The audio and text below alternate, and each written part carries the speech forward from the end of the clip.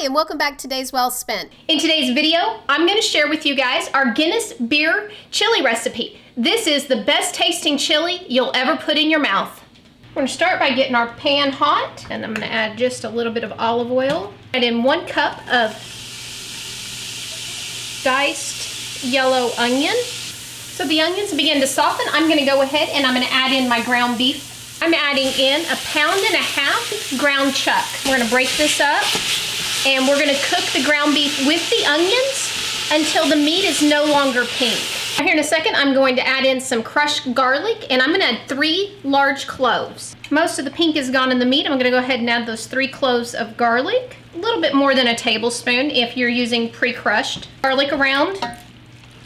Right, now I'm gonna start sprinkling in my spices on top of the meat, garlic, and onion mixture, and I have got 2 tablespoons of ground cumin, tablespoons of chili powder, and then just 1/4 of a teaspoon of cayenne pepper. And if you like it hotter, your chili hotter, you can add in more, but I think that's just the right amount.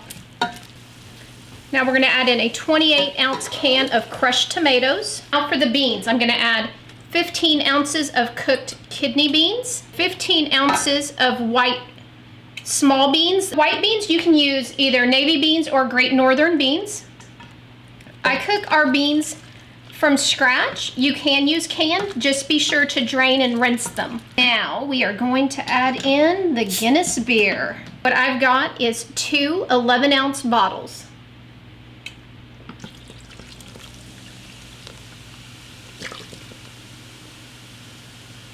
And you do want your beer to be room temperature.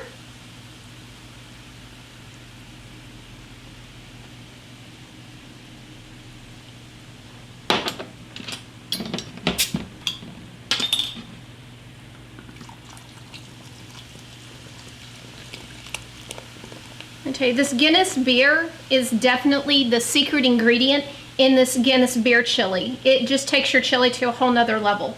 Okay, we're going to stir this around.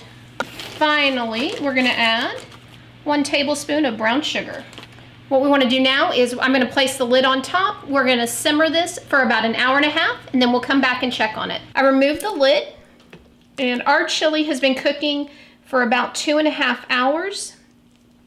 And you may notice that there is now a lot more chili in the pot. That's because I went ahead and doubled the recipe. This chili does can and freeze very well. We're going to be serving this up tonight on some Frito pie. The chili recipe is also great on hot dogs or just as a chili in a bowl.